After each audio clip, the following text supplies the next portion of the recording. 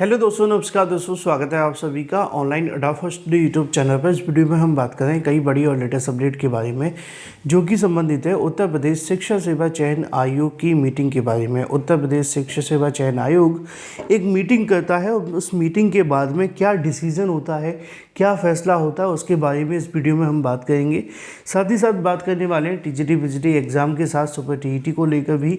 इसके अलावा उत्तर प्रदेश में नई प्राथमिक शिक्षक भर्ती के विज्ञापन को लेकर 15 दिनों के अंदर अध्यक्ष के बयान के बारे में। साथ ही हम बात करेंगे छात्रों के माध्यम से भी दिए गए बयान के बारे में। छात्र कहते हैं कि विज्ञापन जारी होने के बाद ही जो धरना है वो ख़त्म होगा। साथ ही साथ अगर बात की जाए इन तमाम मामलों को लेकर यूपी जीएनएम तक के बारे में एक एक करके सारी अपडेट कवर करेंगे। चैनल को सब्सक्राइब करके बेल आइकन को दबा लें और वीडियो को लाइक कर दें, जिससे कि आपको रियल ऑथेंटिक जानकारियों के नोटिफिकेशन सबसे पहले मिलते रहें। दोस्तों, यूपी जीएनएम यानी कि यूपी जीईटी एग्ज़ाम को लेकर काफ़ी ज़्यादा सवाल आप सभी के आ रहे थे और लगातार अभ्यर्थी पूछ रहे थे सर कितना पढ़ें, क्या पढ़ें, कौन सा सिलेबस पढ़ें। तो आप सभी के लिए बड़ी अपडेट ये है कि चक्षु प्रकाशन के माध्यम से यूपी जीएनएम और यूपी जीईटी के लिए बेस्ट बुक लॉन्च कर दी गई है, जिसमें आप सभी को पूरा का पूरा सिलेबस कवर किया जाता है। 100% आपके सिलेबस पर आधारित 1950 से ज़्यादा बहुविकल्प क्वेश्चन और 20 प्रैक्टिस सेट भी आपको देखने के लिए मिलते हैं। जैसा कि आप स्क्रीन पे देख सकते हैं, यूपी जीईटी एग्जाम को अगर आप क्रैक करना चाहते हैं तो आपके पास में बेस्ट बुक होनी चाहिए और चक्षु प्रकाशन की बेस्ट बुक आप सभी के एग्जाम को क्रैक करने के लिए सबसे महत्वपूर्ण है।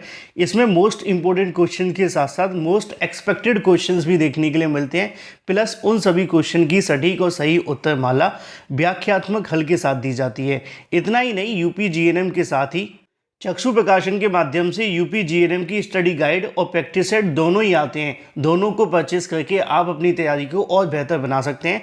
आप इनको फ्लिपकार्ट, अमेजोन या इनकी ऑफिशियल वेबसाइट या किसी भी ऑनलाइन वेबसाइट से ले सकते हैं या ऑफलाइन स्टोर से, सभी जगह ये अवेलेबल है। अभी जाकर के परचेस करें, लिंक वीडियो की डिस्क्रिप्शन में दे दिया है। ऑनलाइन परचेस के लिए, ऑफलाइन परचेस में जाना चाहते हैं तो अपने नज़दीकी स्टोर से चक्षु प्रकाशन यूपी जीएनएम बेस्ट बुक करके मांग सकते हैं।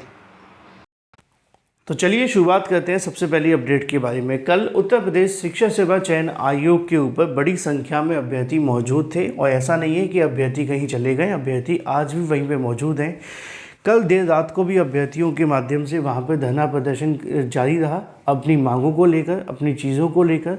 अभ्यर्थियों के माध्यम से देर रात तक वहाँ बैठ कर के खाने पीने तक की व्यवस्था अपने आप करनी पड़ी, क्योंकि आप जानते हैं कि जब आप लड़ाई लड़ रहे होते हैं तो वहाँ पर आपको ही कहीं ना कहीं सब कुछ करना होता है और वो अभ्यर्थी कर भी रहे हैं। लेकिन मुद्दे की बात यह है कि कल अभ्यर्थियों का धरना था, आज भी है और रात को भी रहा और रात भर अभ्यर्थी वहाँ मौजूद रहे। संख्या बल कल दिन में काफ़ी अच्छा खासा था और अपनी मांगों को लेकर वो डटे रहे। इन्हीं मांगों के बीच में उप सचिव मुलाकात करने भी आते हैं, उनकी बातों को सुनते हैं, उनकी चीज़ों को समझते हैं। लेकिन जो मुलाकात होती है, जो बातें की जाती हैं, वो निश्चित तौर पर अभ्यर्थियों के लिए ज़्यादा बेनिफिशियल नहीं रहती हैं। अब इस बात को ध्यान में रखते हुए अभ्यर्थियों के माध्यम से जो धरना प्रदर्शन चल रहा था उसमें बहुत सारी चीज़ें देखने के लिए मिली। मैं आपको बताऊंगा कि आयोग की बैठक के बारे में भी, लेकिन उससे पहले एक चीज़ आपको यहाँ पर भी देखने के लिए मिलती है कि उत्तर प्रदेश शिक्षा सेवा चयन आयोग पर अगर बात की जाए, उप सचिव के आश्वासन पर भी बेरोजगार अभ्यर्थी नहीं माने। मैंने आपको कल वीडियो भी दिखाया था और उसमें भी मैंने आपको बताया था कि जो उप सचिव का बयान आया है उस बात को देखा जाए तो वो ये कहना चाहते हैं कि हमारे हाथ में कुछ नहीं है। उनका कहना ये है कि जब तक हमारे पास अध्याचन नहीं होंगे हम विज्ञापन जारी नहीं कर सकते। तो उनका बयान तो इस बात को लेकर स्पष्ट था।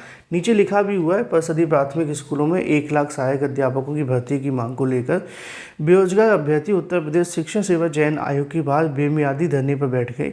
सुबह 10 बजे से धरना प्रदर्शन की शुरुआत की जाती है। नई भर्ती विज्ञापन जारी करने की मांग को लेकर अड़े हैं। उनका कहना है कि 51,112 जो पद खाली है, इसके अलावा जो भी 1,73,000, 1,93,000 इन तमाम डाटाओं को लेकर अभ्यर्थी मांग करते रहे। इस मांग को लेकर कहीं ना कहीं देखते हुए यहाँ पर मुलाकात करने पहुँचते हैं उप सचिव जब आते हैं तो वो कहीं ना कहीं इस बात को कहते हैं कि हमारे हाथ में कुछ नहीं है, क्योंकि नई भर्ती को लेकर जब तक अध्याचन नहीं मिलेंगे हम कुछ नहीं कर सकते हैं। अब सवाल यही था कि अध्याचन को लेकर क्या करना है, क्योंकि ये बात अगर टेक्निकल टर्म में देखी जाए तो काफ़ी हद तक सही भी है। क्योंकि उत्तर प्रदेश शिक्षा सेवा चयन आयोग का काम क्या है?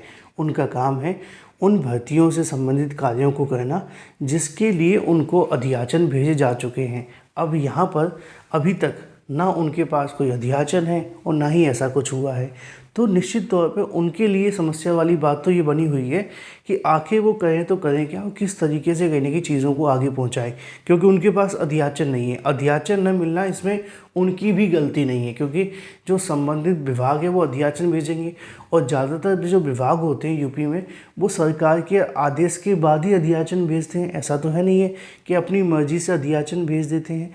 तो ये एक बड़ी चीज़ है। अब इसको समझने के लिए बहुत सारी चीज़ों को समझना होगा।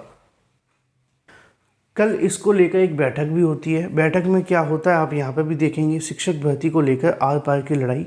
आयोग पर शुरू हुआ बेमियादी धरना। शिक्षा सेवा चयन आयोग ने समय मांगा है 15 दिन का, यानी कि जो शिक्षा सेवा चयन आयोग के सचिव आए थे उन्होंने भी कहा था कि हम नई शिक्षक भर्ती को लेकर 15 दिन का हमें समय दिया जाए और हम इस पर कहने की कोई डिसीजन लेंगे, क्या करेंगे। अब उनके हाथ में क्या है, मैंने आपको स्टार्टिंग में कहा उनके हाथ में अध्याचन मांगना, मिलना न मिलना वो संबंधित विभाग और सरकार पर डिपेंड करता है। वही बात यहाँ पर लिखी है कि आयोग के अध्यक्ष ने कल बैठक भी की। बैठक में क्या हुआ वो आप देखो। प्रतियोगी छात्रों ने धरने के बीच में उत्तर प्रदेश शिक्षा सेवा चयन आयोग के अध्यक्ष प्रोफेसर कीर्ति पांडे की अध्यक्षता में बैठक बुलाई गई। अध्यक्ष ने कहा कि रिक्त पदों का अध्याचन मांगने के लिए संबंधित विभाग है उसको कहीं ना कहीं फिर से पत्र लिखा गया। उन्होंने आयोग के अफसरों के साथ की बैठक में भर्ती जल्द शुरू करने के लिए और जो भी कहीं ना कहीं सभी औपचारिकताएं पूरी करें, इनको लेकर उनका कहना है। अब भर्ती शुरू करने के लिए सबसे मेन चीज़ क्या है, अध्याचन।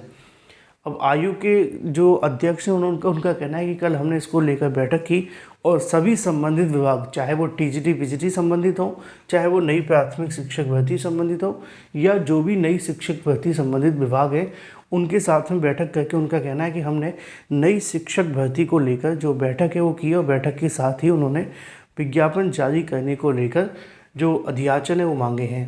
अब देखना ये होगा कि कितने अध्याचन मिल पाते हैं और किस तरीके से अध्याचन के बाद में भर्ती शुरू हो पाती है, क्योंकि उप सचिव के माध्यम से भी 15 दिनों का ही समय मांगा गया था नई प्राथमिक शिक्षक भर्ती के विज्ञापन को लेकर कि हम इस पर डिसीजन लेंगे, क्या कर सकते हैं, जो भी चीज़ें वो करेंगे। लेकिन अभ्यर्थियों ने इस बात को नहीं माना। अब उसके बाद में आगे की चीज़ भी आपके सामने है कि आयोग के गठन के बाद एक भी नई भर्ती शुरू नहीं हो पा रही है।